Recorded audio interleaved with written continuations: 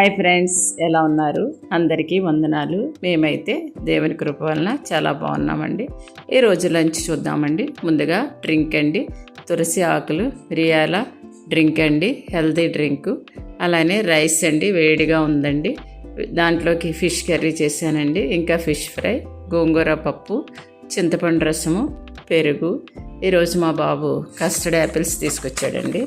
చిన్న మాట, రేపటి దినము గూర్చి అతిశయపడకము. ఏ దినమున ఏది సంభవించునో అది నీకు తెలియదు. మన వంటల మాదిరిగానే జీవితం కూడా. గోంగూర పప్పు తీసుకోండి, ఫ్రెష్గా వండామనుకోండి బాగుంటుంది. అదే రేపటికి వాయిదా వేస్తే అప్పటి రుచి కోల్పోతాం.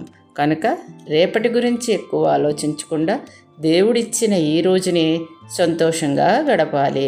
రేపు ఏం జరుగుతుందో మనకు తెలియదు. ప్రయాణికుడు బస్సులో కూర్చున్నాడు అనుకోండి, చివరి స్టాప్ గురించి ఆలోచిస్తూ ఆ ప్రయాణాన్ని ఆనందించడం మానుకోడు.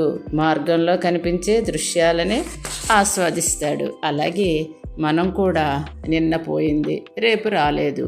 మన చేతిలో ఉన్నది ఈరోజే. ఈరోజు దేవుడిచ్చిన వరము. చిన్నారి నవ్వితే తల్లిదండ్రులు ఆనందినిచ్చినట్టే మనం నవ్వితే దేవుడు ఆనందిస్తాడు. కానీ ఆ నవ్వు ఆయన చిత్త ప్రకారం ఉండాలి. అలా జీవిస్తే మన సంతోషము ఆయనకిష్టమైన బహుమానం అవుతుంది. కనుక దేవుని చేతిలో నడిచిన వాడికి రేపటి భయం లేదు. బాయ్.